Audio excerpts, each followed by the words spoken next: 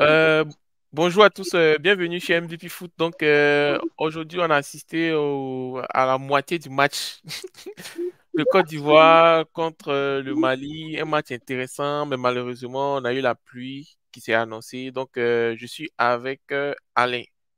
Alain, bonsoir. Bonsoir, bonsoir Pascal. Voilà, donc j'espère que vous allez bien. Est-ce que vous avez aimé le match de Côte d'Ivoire? Oh, les éléphants, tu sais, hein, faut pas trop y mettre le cœur, sinon Ouais, on risque d'avoir de grosses surprises. Mais bon, ok, en tout cas, dans la circulation des balles, c'était un peu satisfaisant ok. pour le moment. D'accord. Ok, ben, que penses-tu de ces nouveaux défenseurs avec le gardien? Parce qu'on a refait complètement notre défense, hein. Parce que c'est pratiquement de nouveaux joueurs qui sont arrivés. Bon, je trouve que c'est bien de donner la chance à de nouveaux joueurs afin qu'ils puissent s'exprimer, parce que si on ne le fait pas, on n'arrive pas à déterminer effectivement, euh, à permettre aux jeunes de pouvoir s'exprimer et à pouvoir donner un nouveau souffle à l'équipe. Ok, Je pense qu'il faut leur donner le temps de mûrir et puis de se construire. ok, C'est vrai que l'objectif, c'est la CAN, mais derrière la CAN, quand même, il faut qu'on ait une place honorable au prochain mondial. Donc, ok. c'est mieux qu'on aille dans la construction. Pour moi, Oh, c'est satisfaisant quand même. satisfaisant. Ok, c'est pas mal. Maintenant, moi j'ai un souci avec les milieux, en fait. J'ai comme l'impression que les milieux ne jouent pas vraiment leur rôle, en fait. Parce que il crée énormément de problèmes aux défenseurs et il n'alimente pas bien les attaquants. Que penses-tu de nos trois milieux? Parce qu'il y a eu Franck Kessié, Ibrahim Sangaré et Traoré Ahmed Junior qui ont joué. Que penses-tu de nos milieux en fait? Bon, tu sais que depuis quelques temps, les milieux ivoiriens, ce n'est plus tout ça. Hein. On n'a Mm. plus nos familles à Touré. On n'a plus vraiment les grands milieux de l'époque qui ont fait plaisir à, à voir. Ok, Aujourd'hui, on est obligé de faire avec les joueurs qu'on a. Bon, Franck Kessié, je ne sais pas si c'est son cancer, là, son manque de temps de jeu qui fait qu'il n'est plus ok, pimpant comme avant. ok. Mais bon, on a aujourd'hui rendu à une équipe nationale Ouais, assez moyenne. Ce n'est plus le haut niveau que nous avions il y a 10 ans.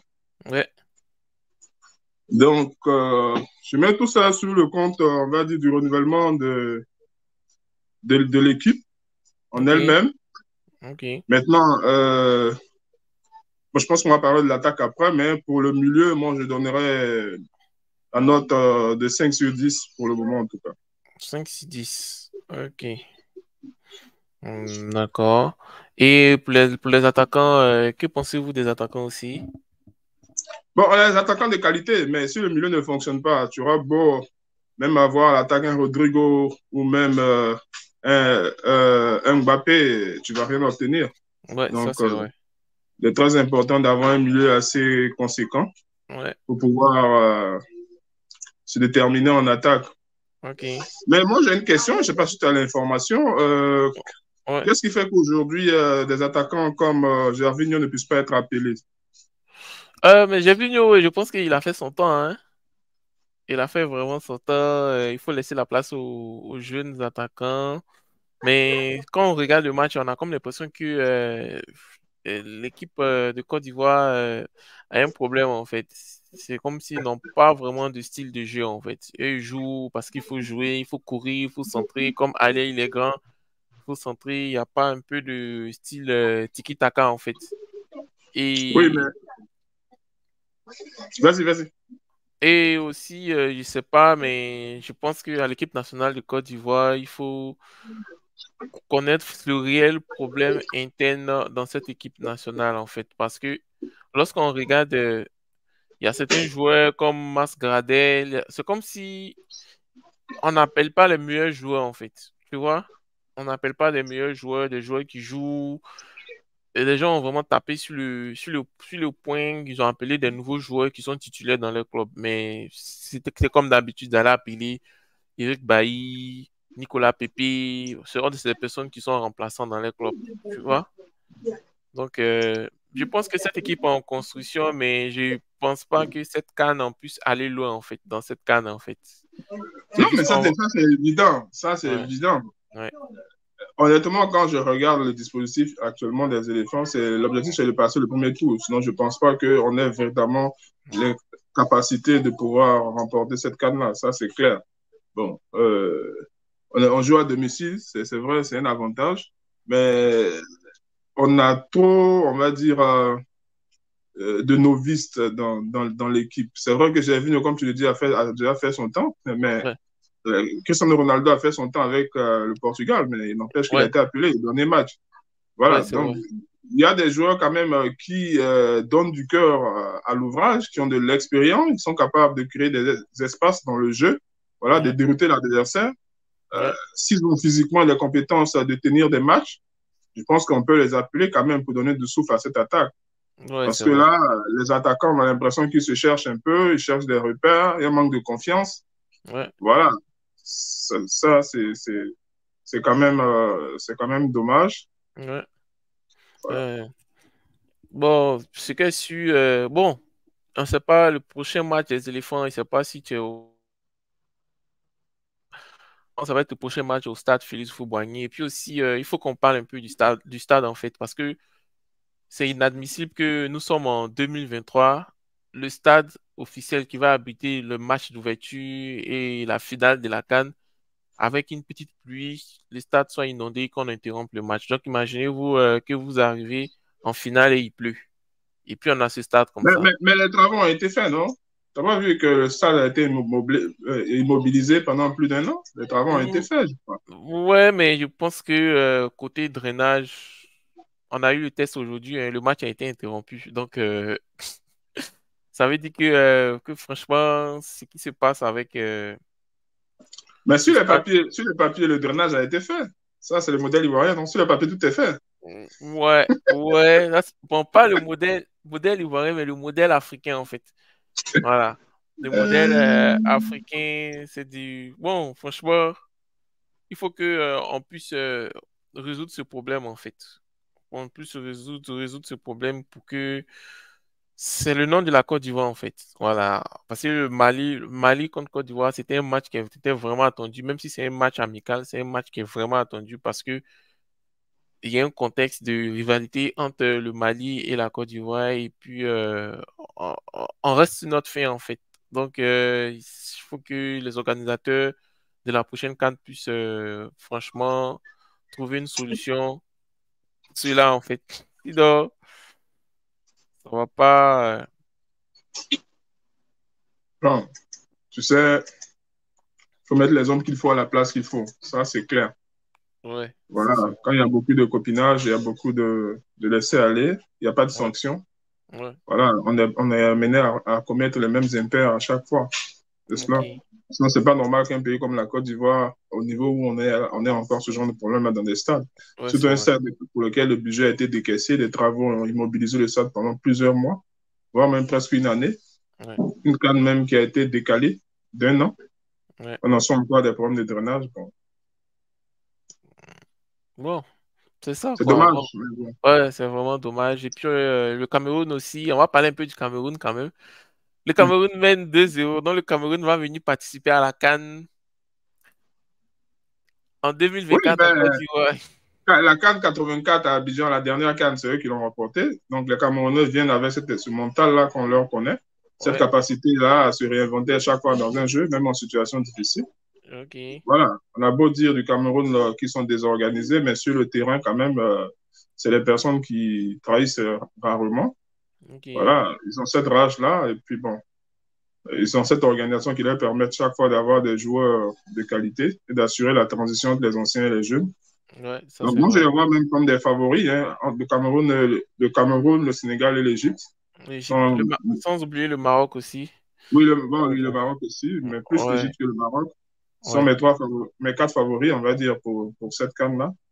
D'accord. Honnêtement, j'ai un penchant aussi pour le Cameroun ou le Sénégal. J'espère que l'un ou l'autre va remporter cette CAN. D'accord. Maintenant, on va prendre cas par cas. Par exemple, le nouveau gardien. Que penses-tu du nouveau gardien? Bon, il n'a pas encore fait ses preuves, hein. Ouais, parce qu'il a eu Voilà. deux matchs relativement Voilà, on ne tranquilles. peut pas juger un gardien sur deux matchs. On ne peut pas juger Ouais, un gardien sur deux matchs. Bon, Ouais. c'est clair qu'il a les bases de football. C'est pas un joueur de tennis qu'on a mis là-bas. Bon, Ouais. maintenant, il reste à savoir si, s'il pourra tenir sur la longueur, s'il peut Ouais. impacter sa défense, Ouais. s'il peut influencer ses latéraux. Ça Ouais. dépendra. On va voir, on va le voir sur le long terme. Mais Ok. pour l'instant, il sort son épine du jeu. Voilà, on peut lui donner un 6,50. On Ouais. attend maintenant de voir ce que ça va donner sur le long terme. D'accord. Ok. Maintenant, on a deux nouveaux défenseurs. Il y a un qui a 19 ans et il y a l'autre qui a 23 ans. Donc, on a Ousmane Diomandé qui joue au Sporting du Portugal et Evan Dika qui joue à l'AS Roma. Que pensez-vous? Qui font pratiquement 1,90 m. Le gardien fait 1,94 m. Donc, on a de très grands défenseurs. Ensuite, aussi, on a Odilon Kosonou aussi qui est en défense. Je pense qu'on a de bons défenseurs, mais c'est le milieu qui est un problème en Côte d'Ivoire, en fait. L'équipe de Côte d'Ivoire, c'est le milieu. Pour moi, c'est le milieu. Les âges que tu as donnés là, c'est les vrais âges ou bien c'est les Oh, âges c'est les âges footballistiques. Mais c'est des personnes qui sont nées en Occident, en fait. C'est des binationaux, en fait. Donc, je pense que eux, ils n'ont pas mangé les sauces. Ils ont mangé les hamburgers. Donc, c'est les vrais âges. Bon, c'est encourageant déjà de voir que la relève est assurante. Ouais, Ça, c'est déjà encourageant. Voilà. La taille aussi. Bon, en défense, c'est vrai que la taille est très déterminante. Bon, mais on peut avoir la taille, ne pas avoir l'endurance et puis l'impact nécessaire qu'on ouais, devrait avoir sur les attaquants. Et on verra donc sur les matchs de préparation ce que ça va donner, surtout contre ok, le Cameroun, qui sont très physiques, très rapides et puis qui savent ouais, profiter de moindres espaces qui peuvent se créer. On verra comment les défenseurs arrivent à combler les espaces vides qui se créent lors des relances ou des contre-attaques. d'accord. Je pense qu'un match contre le Cameroun est quand même intéressant pour pouvoir jauger un peu de notre niveau, puis voir Ouais, un peu nos véritables lacunes. ok, ok. Pas de problème. Donc, cher ami, c'était un peu ça notre débrief sur le match Côte d'Ivoire contre le Mali. On espère qu'on va rejouer ce match parce qu'il faut qu'on batte ces Maliens, parce que ces Maliens ont commencé à avoir la bouche comme les Ivoiriens. En Afrique de l'Ouest, ceux qui doivent avoir seulement la bouche, ce sont les Ivoiriens. Donc, cher Maliens, c'est un Non, match mais à rejouer. l'écart s'est creusé. Il n'y a plus vraiment de grand écart entre l'équipe ivoirienne et les équipes de l'Afrique de l'Ouest. Il Ouais, fut un temps où nous étions seuls avec le Nigeria. Mais là, ouais, maintenant, l'écart n'est plus terrible. Hein. Déjà, même l'équipe du Sénégal nous défense de loin. Les ouais. équipes du nord, de la Côte d'Ivoire, du Mali, même du Burkina, nous talonnent presque à équivalence. Donc, c'est à nous de nous remettre en place. C'est vrai que depuis la génération de Doré, on n'a pas encore réussi à le faire. Ouais. Mais j'espère que, bon, à partir de cette génération, on va la construire progressivement. Et puis, bon, arriver à reprendre on va dire, des lauriers comme c'était le cas avant. Ok, pas de problème. D'accord. Ok, donc Alain, je te remercie. Et Merci, Pascal. Merci cher pour ton ami initiative. de MVP Foot, bon, de temps en temps, on va faire des débriefs sur le match, on va parler un peu du football africain, parce qu'il faut qu'aussi les gens puissent connaître le football africain. Donc, de temps en temps, on aura pour inviter le vieux père Alain. En tout cas, merci beaucoup. Et, ok, et passez une agréable journée. Bye. Bye.